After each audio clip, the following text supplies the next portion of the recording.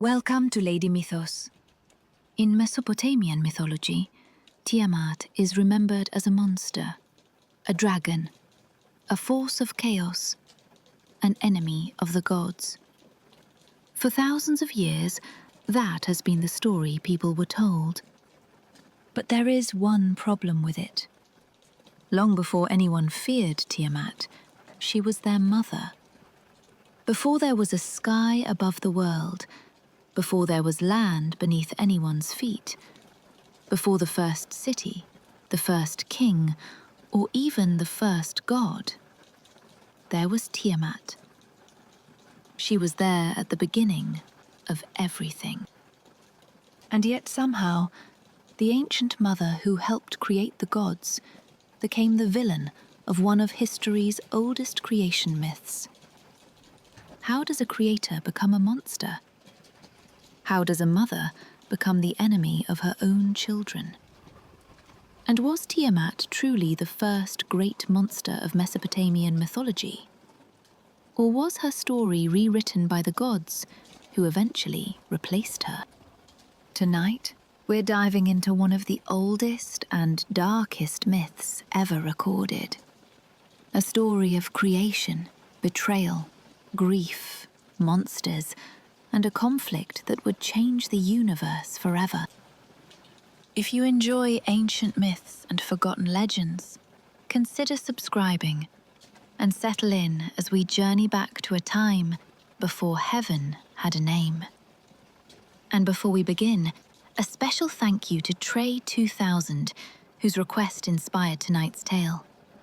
If there's a myth or legend you'd like to hear explored on the Lady Mythos, feel free to leave a suggestion in the comments. Now, let us travel back to the dawn of creation and meet the ancient dragon goddess, Tiamat.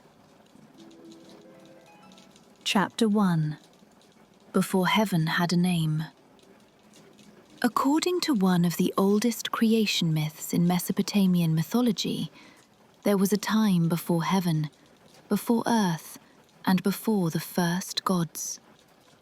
No mountains stood against the horizon, no rivers cut through the land, no sun rose in the morning, and no moon crossed the night sky.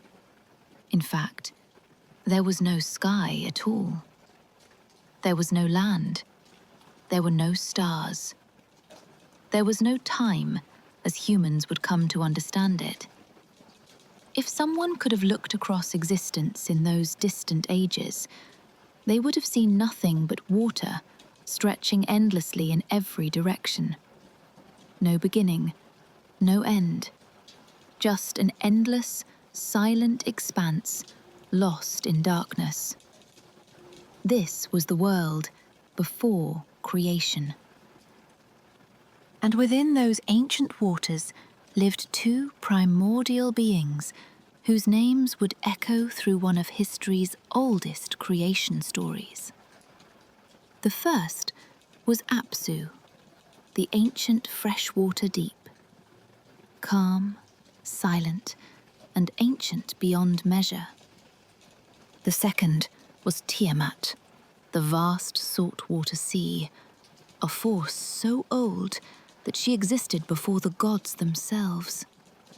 Many modern retellings remember Tiamat as a dragon or a monster. Yet at the beginning of the story, she is neither. She is not a villain. She is not an enemy. She is simply part of existence itself, a living embodiment of the endless sea. Some scholars believe Tiamat's name may be connected to the Akkadian word Tamtu, meaning sea. Not a goddess of the sea itself. The vast, untamed waters from which all life would eventually emerge. Together, Apsu and Tiamat drifted through the cosmic waters. There were no kingdoms to rule, and no divine rivals to challenge them. No prayers reached their ears, because there were no mortals to offer them. Only silence, only darkness. Only the endless rhythm of the primordial sea. For ages beyond counting, nothing disturbed that stillness. Then something changed. From the mingling of Apsu's fresh waters and Tiamat's salt waters, new beings began to emerge. At first, they were little more than sparks within the darkness. New divine forces taking shape where none had existed before. The Mesopotamian storytellers imagined creation not as a single moment, but as a gradual awakening, like ripples spreading across a perfectly still lake. One generation of gods appeared, then another, and another. Each new being brought movement into a universe that had once known only silence. The ancient waters that had seemed empty were suddenly filled with possibility. And at the center of it all stood Tiamat. Not as a destroyer, not as a monster, but as a mother. The mother of gods, the source from which entire generations of divine beings would emerge. It is easy to forget this part of her story because later myths focus on war, chaos, and monsters. Yet before any of those things happened, Tiamat's role was creation. Without her, there would be no younger gods. Without her, there would be no heavens. Without her, there would be no world. This is one of the great contradictions at the heart of the myth. The being later remembered as the enemy of creation was once its very foundation. And perhaps that raises an even bigger question. What existed before creation itself? The ancient Mesopotamians looked into the darkness beyond memory and imagined two vast forces drifting through an endless sea. From their union came the first spark of life. And from that spark came everything that followed. But creation has a strange habit. Once it begins, it rarely remains still. The waters that had been calm for ages were about to become crowded. The silence that had defined existence was about to be broken. And hidden within those silent waters, something unexpected was beginning to stir. Chapter 2: The Children of the Endless Sea. In the ancient Babylonian creation story, Tiamat and Apsu became the parents of the first generation of gods. The endless waters that had once known only silence were no longer empty. From the meeting of fresh water and salt water, new divine beings began to emerge. One after another, the first gods appeared within the darkness, each generation building upon the one that came before. The ancient Mesopotamians imagined creation as something alive and growing. It was not a world suddenly spoken into existence. Instead, existence unfolded gradually, like a family expanding across countless ages. The first among these divine descendants were Lamu and Lahamu, mysterious ancient beings whose names have survived even as much of their stories have faded into time. They were followed by Anshar and Kishar, powerful forces often associated with the horizons of heaven and earth. With each new generation, creation became more complex. The universe was beginning to take shape. Where there had once been only endless waters, distinctions slowly emerged. Boundaries formed. New powers appeared. The cosmos was no longer asleep. Then came Anu, a god who would one day rule the heavens. And after him came Ea, also known as Enki, one of the wisest and most influential gods in Mesopotamian mythology. Each generation seemed stronger than the last. Each generation carried new ideas, new ambitions, and new power. And all of them traced their origins back to the same source: Tiamat. The ancient mother remained at the center of creation as her descendants multiplied around her. The once empty waters now held an ever-growing divine family. Imagine the scene: an endless dark ocean stretching beyond sight, ancient waters rippling beneath a sky that did not yet fully exist. And from those waters, radiant gods emerging, one after another, bringing new forces into the universe. The stillness that had defined existence for ages was disappearing. Something new had entered creation. Activity, movement, change. At first, this seemed like a blessing. After all, creation was doing exactly what creation was meant to do. It was growing. But growth often brings consequences that no one expects. The younger gods were not like their ancient parents. They were energetic, curious, restless. Where Apsu embodied stillness, they embodied activity. Where the primordial waters had once drifted in silence, laughter, arguments, celebrations, and endless movement now echoed through existence. The divine family became larger and louder with every passing generation. To the younger gods, this was simply life. To the ancient gods, it felt very different. Every new god brought something new into existence, but they also brought something else: noise. The quiet universe was becoming increasingly difficult to recognize. And while Tiamat watched her descendants flourish, another pair of eyes observed these changes with growing frustration.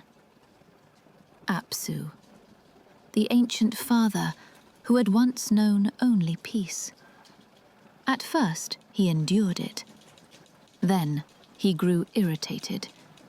Then concerned, and eventually, something darker began to take shape within him.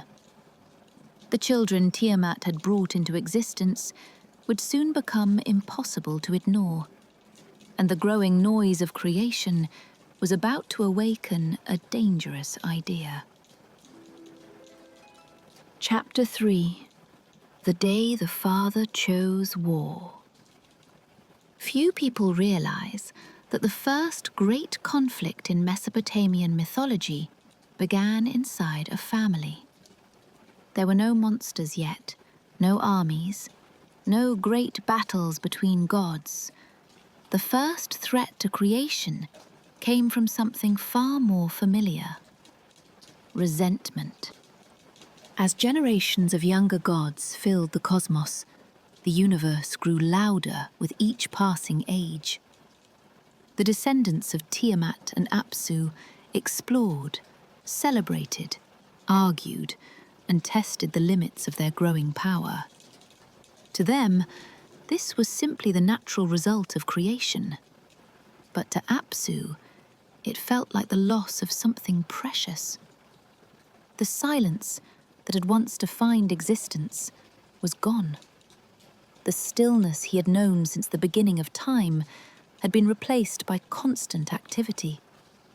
Day after day, age after age, the younger gods disturbed the peace of the primordial waters. At first, Apsu tolerated it.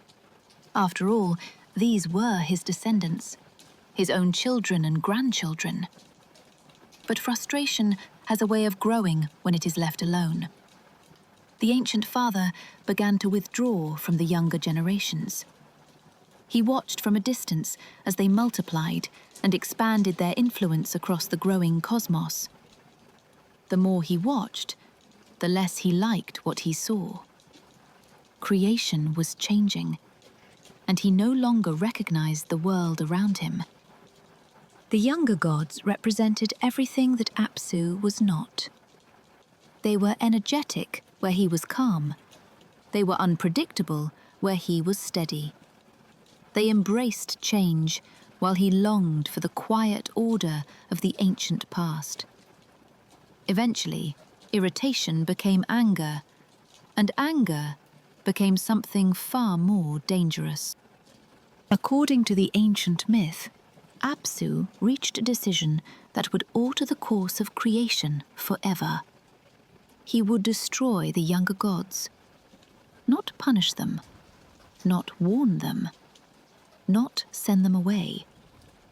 Destroy them. The very beings who had emerged from his union with Tiamat. The descendants who owed their existence to the primordial waters. The father of the gods had decided that his own children were a mistake. It is one of the most shocking moments in the entire story. The first great crisis of creation was not caused by chaos. It was caused by a parent turning against his family. The greatest threat to the gods wasn't a monster. It was their own father. Yet even Apsu understood that such a decision could not be carried out lightly. The younger gods had grown powerful. Many possessed abilities that would have been unimaginable to the earliest generations. A direct confrontation could be risky. So Apsu sought counsel. He turned to his trusted advisor, a figure known in the ancient texts as Mumu. Mumu listened as Apsu shared his frustrations and fears. The endless noise, the constant disruption, the feeling that the universe had slipped beyond his control. And instead of calming him, Mumu encouraged his darkest instincts. The advisor agreed. The younger gods had become a problem. Something had to be done. For the first time since creation began, a conspiracy took shape within the primordial waters. A father and his advisor quietly discussed the destruction of an entire generation of gods. Neither realized that secrets rarely remain hidden for long, especially among divine beings. What began as frustration was rapidly becoming a plan. And before long, that plan would reach ears it was never meant to reach. One conversation was about to divide the universe into sides. Chapter 4. The mother who refused to betray her children. While Apsu wanted destruction, Tiamat made a very different choice. The ancient father looked upon the younger gods and saw noise, disruption, and disorder. Tiamat looked upon the very same gods and saw something else. She saw her children. That difference would change everything. It is easy to forget this part of the story because later generations remembered Tiamat as a monster. They remembered the armies, the chaos, and the war. Yet long before any of those events unfolded, Tiamat stood between her children and destruction. When Apsu shared his plan, the ancient mother was horrified. The younger gods were loud, that much was true. They were restless, impulsive, and often careless. That was also true. But they were alive. They were the continuation of creation itself. To destroy them would be to undo everything that had emerged from the primordial waters since the beginning of time. The ancient texts preserve a glimpse of Tiamat's reaction. She did not celebrate Apsu's plan. She did not encourage it. She opposed it. In some versions of the story, she even rebukes him for suggesting such a thing. Imagine the scene.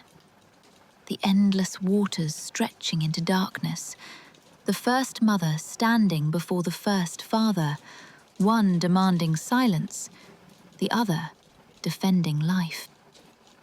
Tiamat knew better than anyone what the younger gods had become. She had watched them emerge, generation after generation, from the cosmic waters. She had seen them grow stronger, wiser, and more ambitious than those who came before them. Their laughter filled the universe. Their arguments echoed through creation. Their energy disturbed the ancient peace. But to Tiamat, these were not crimes. They were signs that creation was alive. For perhaps the first time, the ancient mother found herself standing apart from her oldest companion. Apsu longed for the past. Tiamat chose the future. History remembers her as a monster. Yet if we paused the story here and knew nothing about what came next, many of us would probably see Tiamat very differently.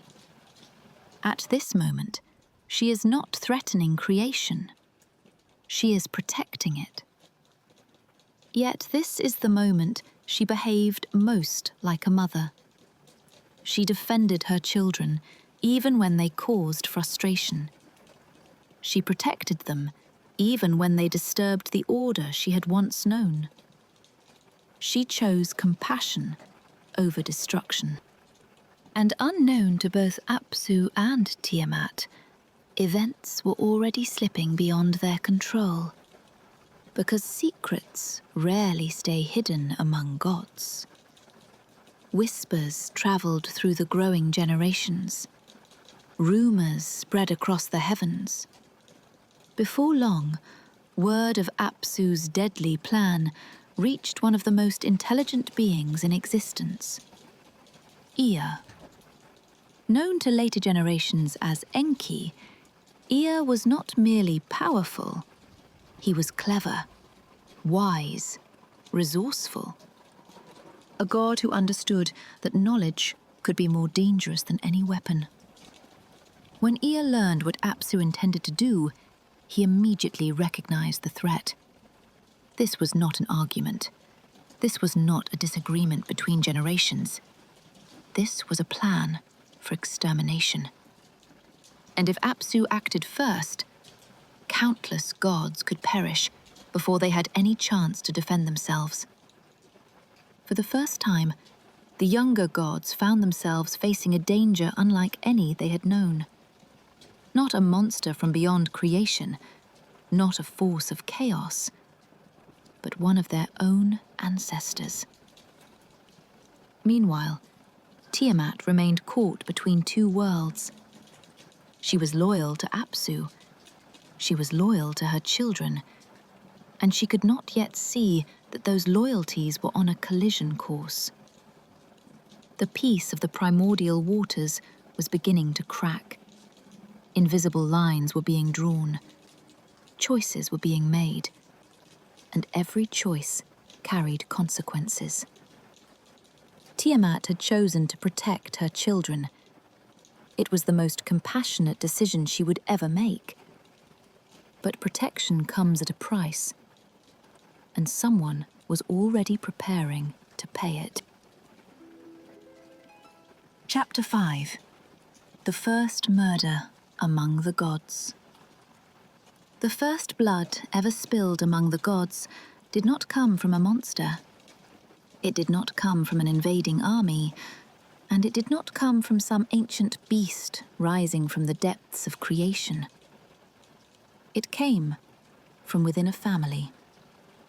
By the time Ea learned of Apsu's plan, there was little room left for negotiation.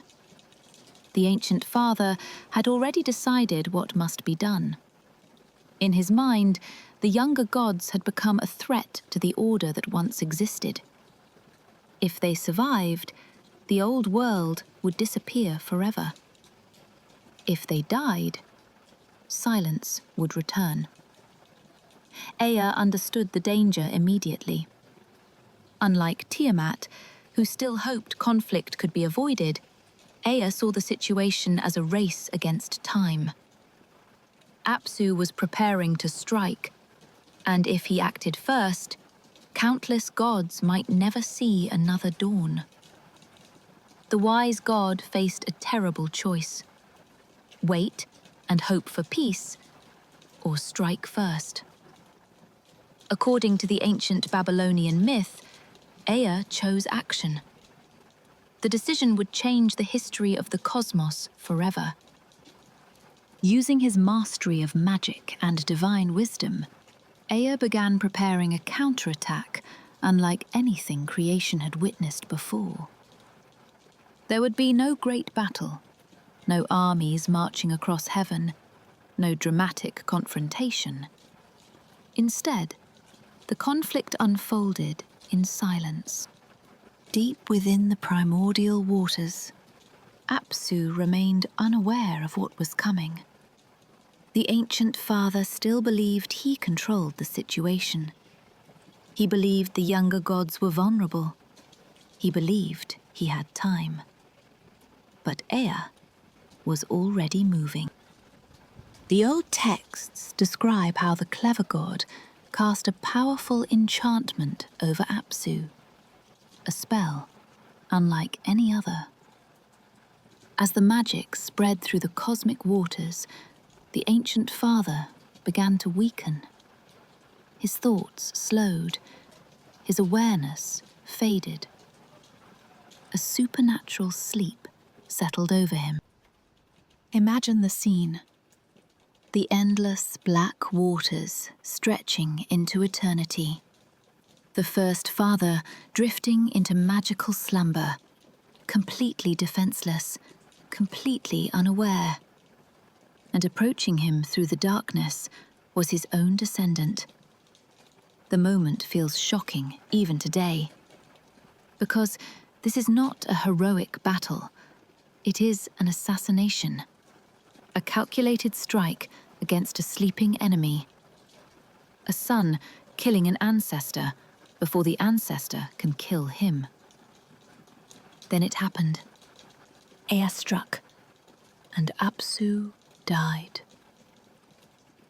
From the perspective of the younger gods, this was salvation. From Tiamat's perspective, it was murder. The difference between those two interpretations would eventually reshape the universe. Just like that. One of the oldest beings in existence was gone. The primordial father who had existed before heaven and earth was no more. For the younger gods, it was a victory. The threat had been eliminated. Their future had been secured. The universe was safe. At least, that is what they believed. Celebrations spread among the younger generations. Relief replaced fear. The danger that had hung over creation seemed to have vanished. Ea's reputation grew. His wisdom had saved them all. Or so it appeared. Because victories often look different, depending on where you stand. The younger gods saw salvation. Someone else saw loss. The death of Apsu did more than remove a threat. It shattered something fundamental. For the first time since creation began, a god had deliberately killed another god. A boundary had been crossed. A line that had never existed before was now broken forever. The universe had crossed a line it could never uncross. The old harmony between generations was gone. Trust was gone. And although many celebrated, they failed to notice something important. Tiamat had lost more than the father of her children. She had lost her oldest companion. The being who had existed beside her since before creation itself. The being who had shared the silent ages before the first gods were born. The being who had drifted beside her through the endless waters when nothing else existed. And while the younger gods celebrated their survival, grief was quietly taking root within the ancient mother. No one yet understood what that grief would become. No one yet imagined the consequences. But creation was about to learn a lesson that would echo through the ages. Every action has a cost. Every victory creates a wound. And somewhere beyond the celebrations, someone was grieving. Chapter 6. The grief that changed everything. The story of Tiamat does not become dark because of monsters. It becomes dark because of loss. When later generations told the tale of Tiamat, they often focused on what she eventually became. They remembered the armies, the chaos, and the terrifying creatures that would one day emerge from her command. But those things came later, before the monsters, before the war, before the fear. There was grief. While the younger gods celebrated the death of Apsu, Tiamat mourned.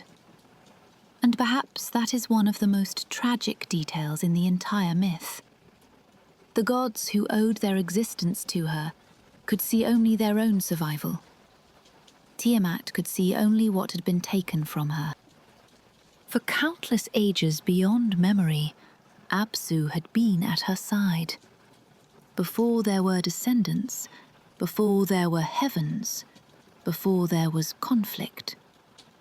There had been only the two of them drifting through the primordial waters. Together, they had witnessed the birth of creation. Together, they had watched the first gods emerge from the darkness. Together, they had stood at the beginning of everything. Now one of them was gone, not taken by time, not claimed by fate.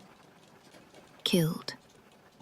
And killed by one of their own descendants. The wound left behind was deeper than the younger gods understood. Because Apsu's death was not simply the loss of a companion. It was a betrayal.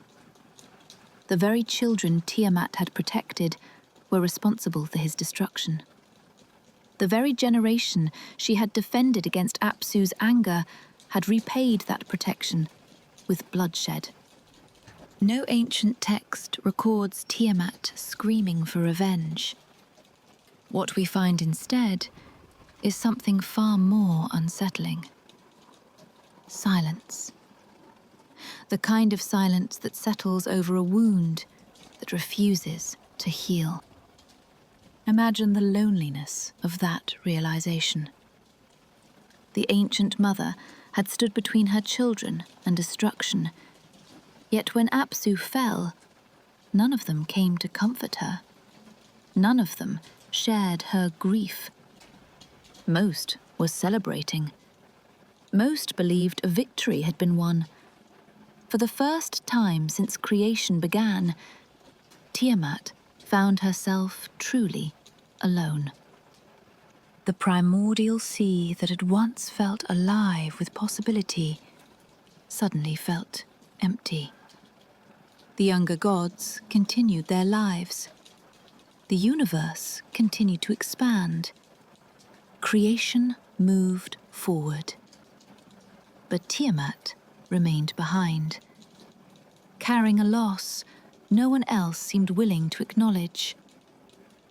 And grief rarely remains unchanged. At first, it is sorrow. Then it becomes bitterness. Then questions begin to form. Questions with no easy answers. Had her children ever respected her? Had they cared about the ancient order that existed before them? Had they become so consumed by their own ambitions that they no longer remembered where they came from? The more Tiamat reflected upon Apsu's death, the more difficult those questions became to ignore. What had once looked like self-defense now began to resemble something darker. Disrespect, ingratitude, perhaps even treachery. The divide between the older generation and the younger generation widened with every passing age. And Tiamat found herself drifting further from the descendants she had once protected. The ancient texts do not describe a sudden transformation. There is no single moment where Tiamat instantly becomes the feared figure remembered by later generations. That is what makes her story so compelling. She does not become a monster overnight. She is transformed by loss. Perhaps that is why her story still feels familiar. Most people do not become strangers overnight. They become strangers one disappointment at a time. Little by little, grief reshapes her understanding of the world. The children she once saw as the future of creation now reminded her of everything she had lost. The universe itself felt different. Colder, more distant, less familiar. And somewhere within that growing isolation, another emotion began to emerge. Rage. Not the sudden rage of a momentary argument, the slow burning rage born from grief that has nowhere to go. The kind that grows quietly in the darkness. The kind that waits. What happens when the mother of creation loses faith in her own children? That question would soon reshape the fate of gods and worlds alike. Because deep within the primordial waters, something was changing. The ancient mother was beginning to see herself not as part of the new order, but as its enemy. And the answer to her grief would soon take a form no god had ever seen before. Chapter 7. The Queen of Chaos rises. In Babylonian mythology, this is the moment Tiamat stops being a mother and becomes a force of rebellion. The grief that had been growing within her did not disappear. It deepened. Age after age, the wound left by Apsu's death remained open. The younger gods continued building their world, expanding their influence and celebrating their victories. Meanwhile, the ancient mother watched from the shadows of the primordial sea. And the more she watched, the more convinced she became that the old order had been replaced. The children she had once protected were no longer behaving like children. They were rulers, powerful rulers. The cosmos increasingly belonged to them. What had begun as sorrow was becoming resolve. Tiamat was no longer asking whether the younger gods had been justified. She was beginning to ask whether they deserved to rule at all. This marks one of the most important turning points in the entire story, because Tiamat's transformation was not merely emotional. It became political. For the first time, the ancient mother began gathering support. Not everyone among the older powers approved of what had happened to Apsu. Not everyone believed the younger generation should dominate creation. Beneath the surface of the growing cosmos, resentment lingered.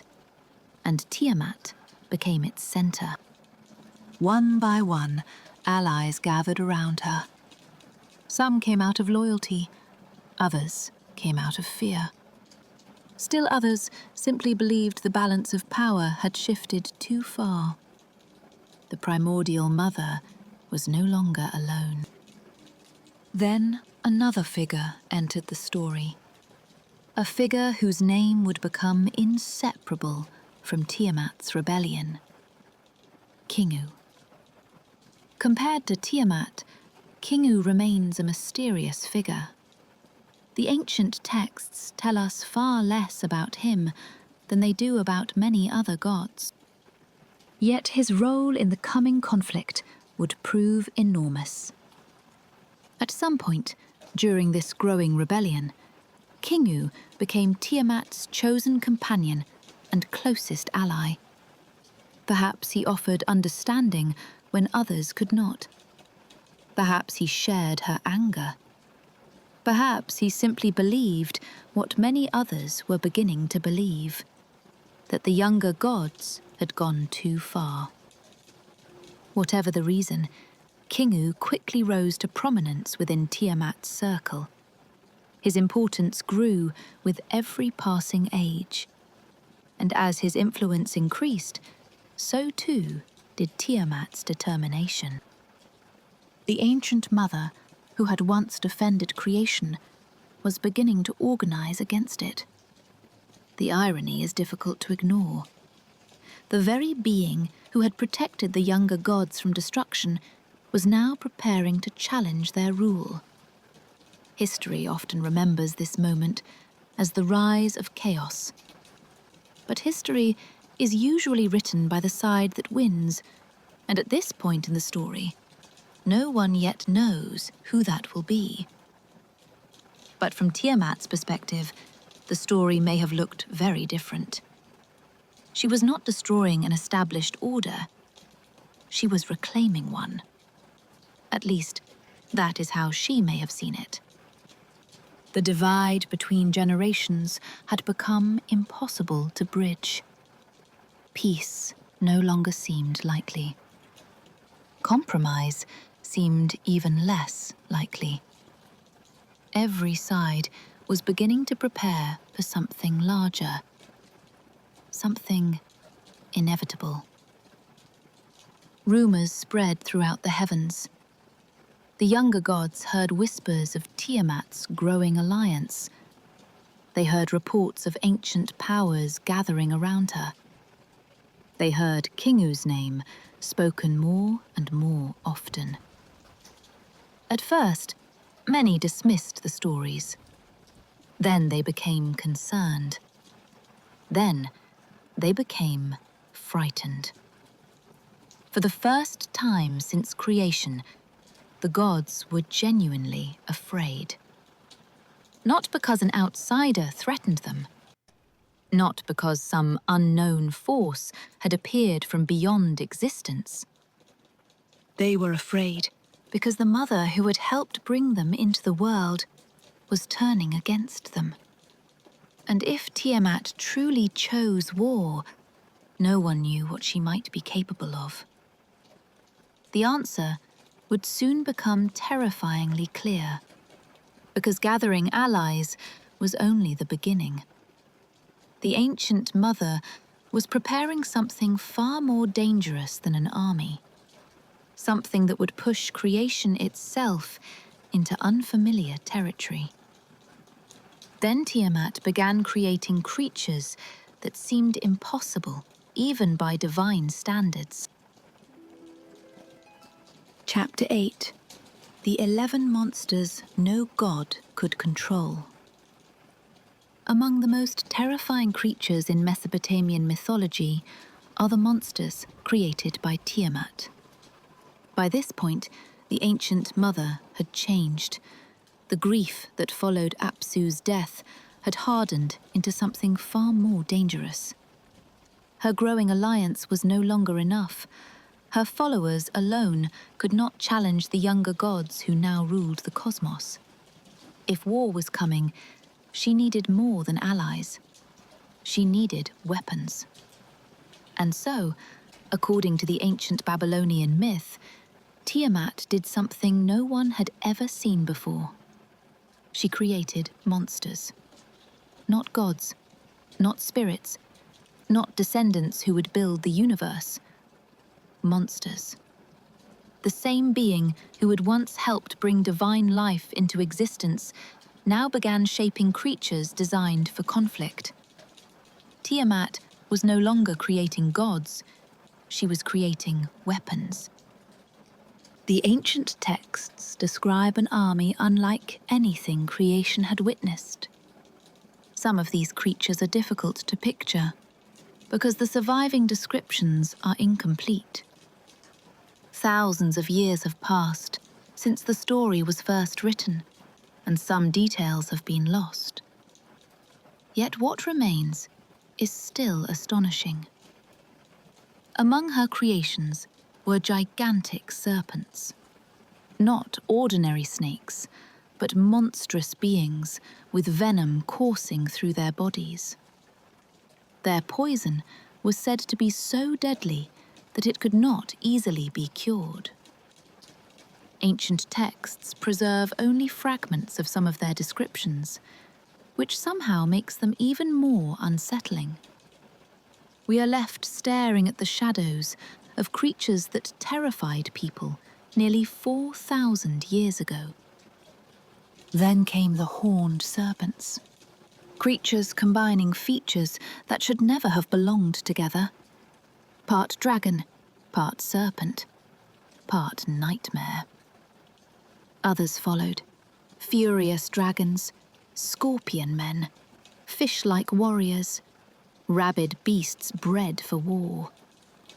Together, they became known as the 11 monsters of Tiamat.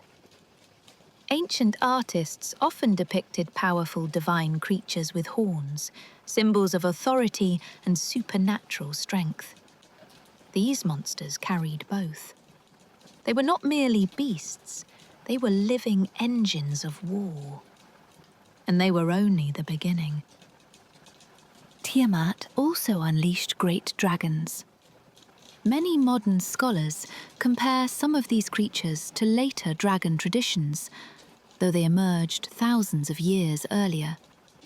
These were enormous beings associated with chaos, destruction, and the untamed forces of nature. Imagine them rising from the primordial waters, massive bodies twisting through storm clouds, eyes reflecting lightning, scales glistening against the darkness. Even the gods would have struggled to look upon them without fear. Then there were the scorpion beings, half human, half scorpion. Creatures that seemed to stand between worlds. In later Mesopotamian myths, scorpion men would appear as guardians, standing at the edge of cosmic boundaries. Here, Tiamat transformed them into terrifying soldiers, armored, relentless, deadly. Each creation seemed stranger than the last. Storm creatures emerged, violent beings associated with destructive winds and chaos. Fish-like hybrids appeared, monstrous forms combining different kinds of life into something entirely new. The boundaries that normally separated creature from creature no longer mattered.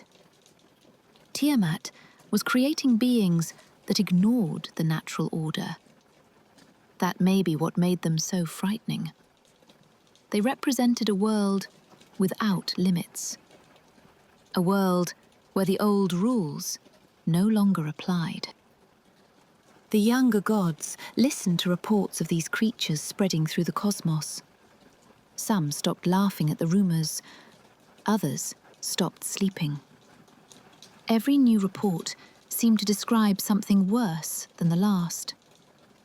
At first, some doubted the stories. Then more witnesses appeared. Then more. Before long, fear spread across heaven itself, because this was something entirely new. The younger gods had seen divine power before. They had witnessed creation. But this was different. This was creation turned toward destruction.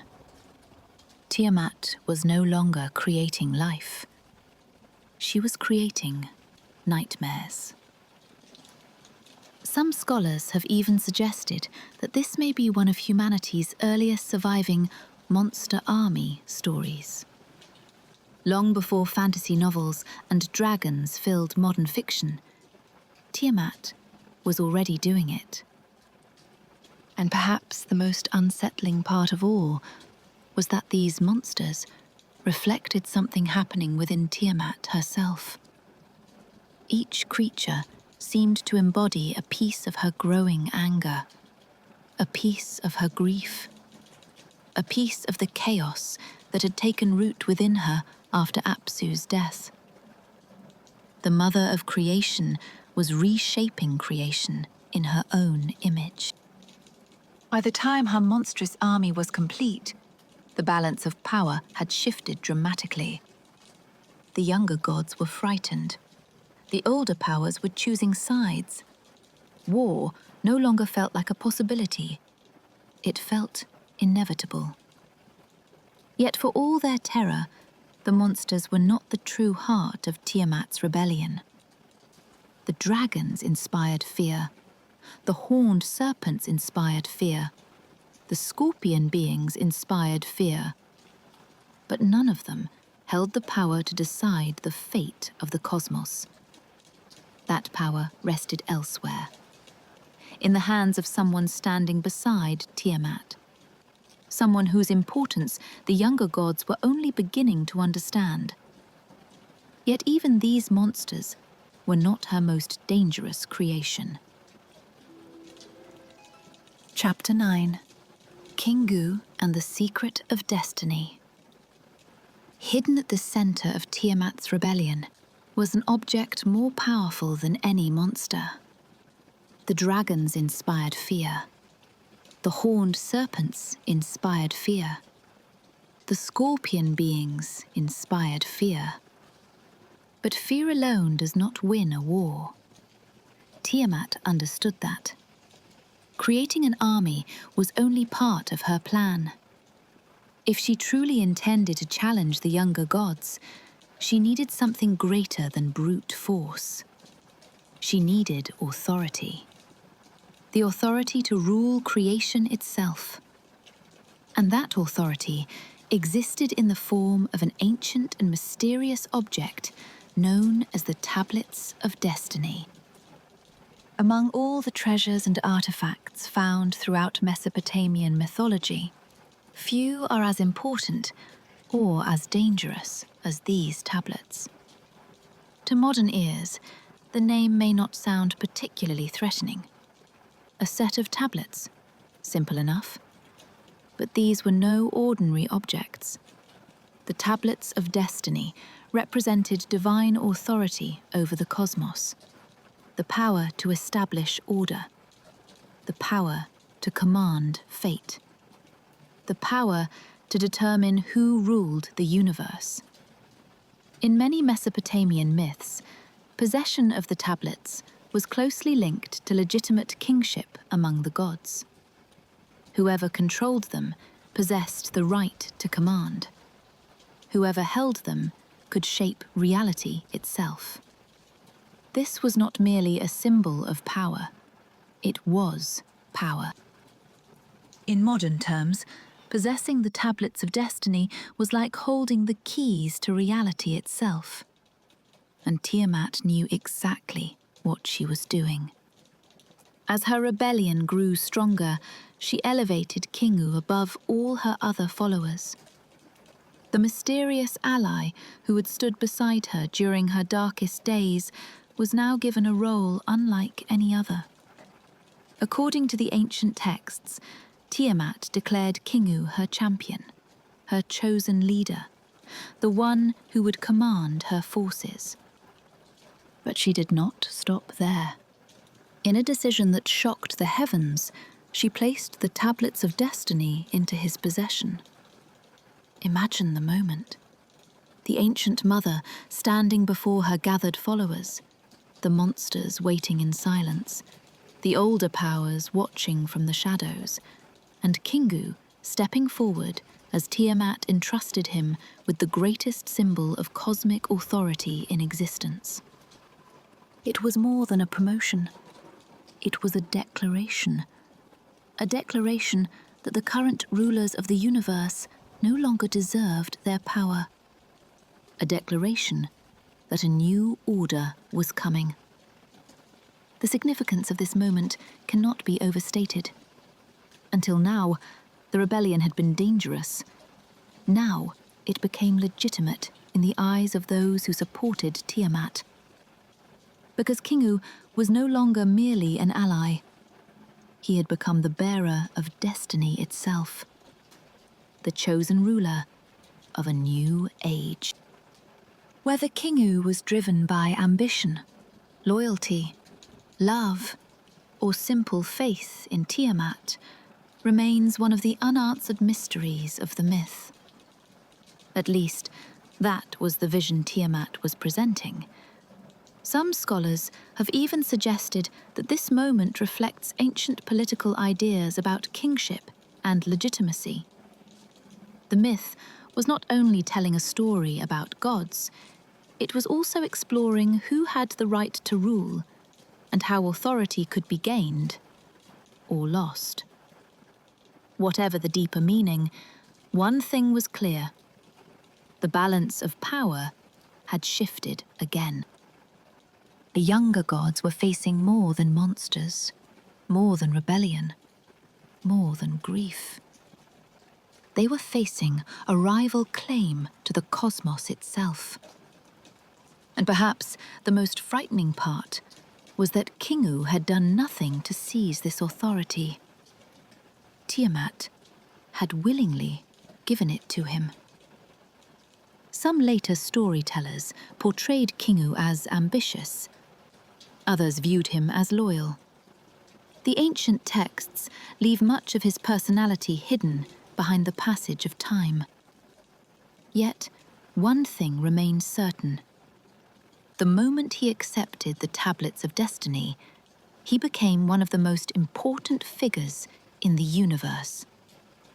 His fate was now tied to the fate of creation itself.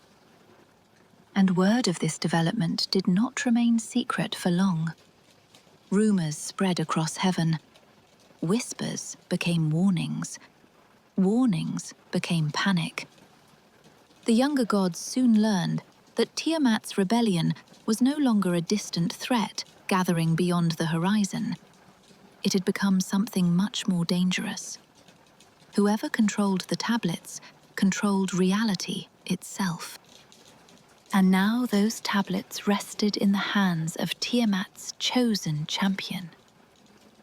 For the first time, many of the gods began to understand the true scale of the crisis. This was no longer a dispute between generations. It was a struggle for the future of creation. And the gods suddenly realized they were running out of time. Chapter 10. A storm begins to gather. As Tiamat's army grew stronger, panic spread across the heavens. For generations, the younger gods had believed themselves secure. They had defeated Apsu. They had survived the first great crisis of creation, and they had continued building the universe according to their own vision. Now, for the first time, many of them began to wonder if they had underestimated the consequences of their actions. Reports arrived from every corner of the cosmos. Stories of monstrous armies. Stories of ancient powers rallying behind Tiamat. Stories of Kingu carrying the tablets of destiny. Each report seemed worse than the last. The rebellion was growing. And unlike previous threats, this one could not be ignored. Because at its center stood someone they all knew. Someone they all remembered. their mother. The irony was impossible to escape. The very being who had once protected them from destruction was now becoming the greatest threat they had ever faced. The heavens grew uneasy. The younger gods gathered in councils. Meetings stretched on for ages. Arguments broke out. Plans were proposed and discarded. Everyone agreed something had to be done. No one agreed on how. And beneath every discussion lurked a fear few were willing to speak aloud. What if Tiamat could not be defeated? More unsettling still was another possibility. What if she was right? After all, she was older than many of them, older than their kingdoms, older than the heavens they ruled. She was one of the primordial forces from which creation itself had emerged. How does one wage war against a being who existed before the world? That question hung over every gathering. The fear only deepened as more details emerged about her growing forces. The dragons, the serpents, the scorpion warriors, the ancient allies, and above them all, Kingu, wielding the tablets of destiny. The balance of power was shifting rapidly. Even the bravest gods hesitated. Everyone wanted someone to act. No one wanted that someone to be them. Every god wanted victory. None wanted the fight. One by one, potential champions were considered. One by one, they declined. Some doubted their strength, others feared the monsters. Many feared Tiamat herself. The story surrounding her had already begun to grow. With every retelling, she seemed larger, more powerful, more terrifying. The mother of creation was becoming something else entirely. And as fear spread through heaven, the crisis reached a breaking point. The younger gods needed a leader, a champion, someone willing to stand against Tiamat and her growing rebellion. Someone willing to face an army that seemed impossible to defeat. Someone willing to risk everything. The halls of the gods fell silent. No volunteer stepped forward. No hand was raised. For a moment, it seemed as though the heavens themselves had run out of answers. Then, in the silence, a name was spoken. Not the oldest god, not the wisest god, not the most experienced god. A young god. Chapter 11. The name nobody expected. In the darkest moment of the crisis, a young god stepped forward. The heavens had run out of answers. The councils of the gods had become circles of fear and uncertainty. Every new report made the situation worse. Tiamat's rebellion continued to grow. Her monsters were gathering. Kingu possessed the tablets of destiny. Ancient powers were choosing sides. And no one seemed capable of stopping what was coming. The younger gods had spent ages building their world. Now they feared they might lose it. One by one, potential champions had been considered. One by one, they had refused. Some lacked confidence. Others lacked strength. Most simply understood the scale of the danger. This was not an ordinary enemy. This was Tiamat, the primordial mother, the ancient sea from which creation itself had emerged. Even speaking her name carried a weight that few could ignore. The gods wanted a hero. What they found instead was a gamble. His name was Marduk. The choice surprised many. It may even have surprised Marduk's enemies. But desperation has a way of creating unlikely heroes. Compared to the ancient beings who dominated the story so far, Marduk was something new. He belonged to a younger generation, the son of Ea, the very god responsible for Apsu's death. Strong, ambitious, and already respected among many of the younger gods, Marduk possessed qualities that set him apart. Ancient texts describe him as exceptionally powerful, even among divine beings. Yet power alone was not enough. The gods needed someone willing to act, and unlike the others, Marduk did not hesitate. As fear spread through the heavens, he stepped forward and offered something no one else had: a solution. Imagine the reaction. The older gods staring in disbelief, the younger gods exchanging uncertain glances. A crisis that threatened the entire cosmos.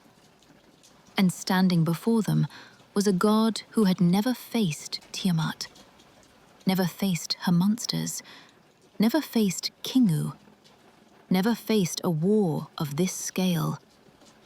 Yet he volunteered. Not because he underestimated the danger, but because he believed he could win. That confidence immediately caught everyone's attention. For the first time in what felt like ages, hope entered the conversation. But Marduk was not reckless. He understood exactly what was being asked of him. If he confronted Tiamat, everything would change. The fate of creation would rest on a single outcome: victory or destruction. Nothing in between. And because he understood the stakes, Marduk made a demand. If he defeated Tiamat, if he saved the gods, if he preserved creation itself, then the other gods would recognize him as their supreme ruler. The request stunned the assembly. This was more than a promise of military leadership. It was a claim to ultimate authority. Marduk was offering to risk everything. But only if the reward matched the risk. The gods debated. They argued. They weighed their options. Yet the truth was impossible to ignore. No one else had volunteered. No one else had a plan. No one else seemed capable of facing the storm gathering beyond the horizon. Eventually, they agreed. The bargain was made. The heavens had found their champion. And somewhere, beyond the reach of the younger gods, Tiamat continued preparing for war, unaware that her greatest opponent had finally emerged. The fate of creation would soon depend on a god who had never faced Tiamat before. Their meeting would reshape the universe. Their battle would become one of the most famous conflicts in all of mythology. But that is a story for another time. For now, the ancient mother stood surrounded by monsters, allies, and the growing certainty that her moment had finally arrived. And far away, a young god named Marduk was preparing to challenge the being who had existed before heaven had a name. Epilogue. Was Tiamat ever the villain? And that brings us back to the question we asked at the very beginning. Was Tiamat ever truly the villain? For thousands of years, many people have answered that question with a simple yes. After all, the story seems straightforward. Tiamat creates monsters. She raises an army. She rebels against the younger gods. She threatens the cosmic order. And eventually, in the next part of the story, she will stand against Marduk in one of the most famous battles in all of mythology. That sounds like the role of a villain. Yet when we look more closely, the story becomes far more complicated. Because that is not where Tiamat's story begins. She begins as a creator. She begins as a mother. She begins as one of the primordial forces from which existence itself emerged. Long before she became associated with chaos, she helped make creation possible. Long before anyone feared her, countless gods owed their existence to her.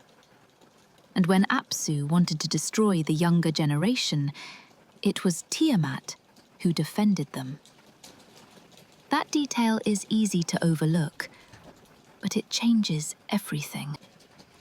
The version of Tiamat most people remember is the final version, the grieving version, the angry version. The version that appears after loss, betrayal, and isolation have already transformed her. The story rarely pauses to ask what happened along the way. Perhaps that is why Tiamat remains one of the most fascinating figures in Mesopotamian mythology. The oldest myths are rarely about good versus evil. More often, they are about competing visions of order, power, and survival. She does not fit neatly into the categories of hero or villain. She exists somewhere in between. And that ambiguity may be exactly what has kept her story alive for thousands of years. There is another layer to this myth that many modern listeners find especially interesting. The story was preserved by ancient Babylon, and Babylon's greatest divine champion was Marduk. As Babylon grew in power, so did Marduk's importance. He became the city's patron god, its protector, its symbol of authority, the hero of the empire.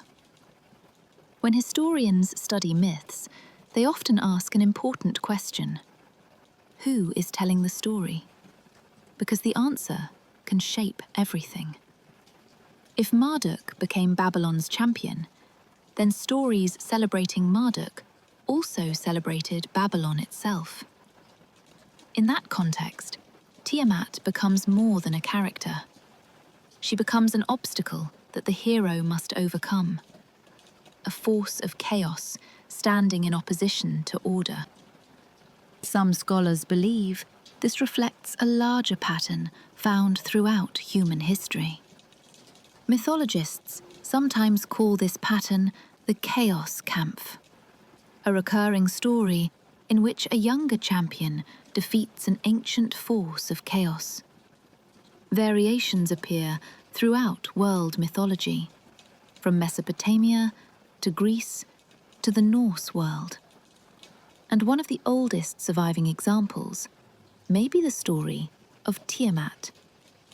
New powers often define themselves by defeating what came before. New rulers replace old rulers. New systems replace old systems.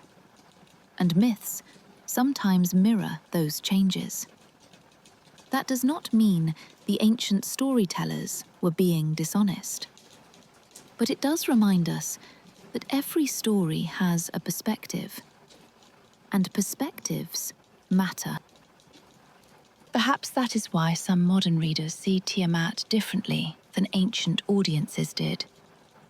Rather than viewing her purely as a monster, they see a representation of nature itself. Wild, ancient, powerful, impossible to fully control. Others see her as a symbol of change, the older world resisting the arrival of a new one. Some even interpret her as a reminder that creation and destruction are often connected. After all, nothing new can emerge unless something old changes first. Forests burn and new life grows. Rivers flood and landscapes are reshaped. Stars die and new stars are born. Creation and destruction are not always opposites. Sometimes they are part of the same process. In many ways, Tiamat embodies that uncomfortable truth. Even today, humanity continues to wrestle with forces that feel larger than ourselves. The ocean, storms, earthquakes, the untamed parts of nature that refuse to obey human expectations. Perhaps that is one reason why the image of Tiamat remains so powerful. She reminds us that some forces existed long before us and will continue long after us. And perhaps there is one final lesson hidden within her story. History is often written by those who win. The names of heroes are remembered. The names of enemies become warnings. But sometimes, if we look closely, we discover that the enemy's story is far more complicated than we were first led to believe. Maybe Tiamat was a monster. Maybe she was a mother consumed by grief. Maybe she was both. The answer depends on who is telling the story. And our story is not over yet, because across the heavens, the monsters of Tiamat were gathering. Kingu held the tablets of destiny. The ancient mother stood ready for war. The younger gods watched with growing fear. And somewhere beyond the horizon of the cosmic sea, a young god named Marduk was preparing to face the being who had existed before the world itself. One side carried the future. The other carried the memory of the past. Both believed they were fighting for the right to shape creation. What happened when they finally met? How did the mother of creation become the enemy of the gods? And who truly deserved to rule the cosmos?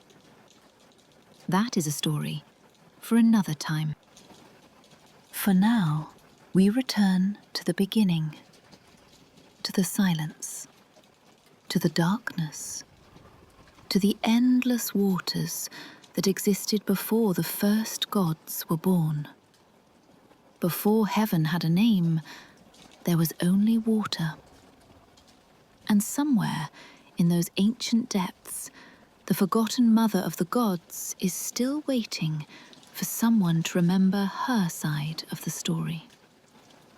If you enjoyed this journey through Mesopotamian mythology, don't forget to subscribe to Lady Mythos so you don't miss part 2, Tiamat versus Marduk. Until then, thank you for listening. Yours, Lady Mythos.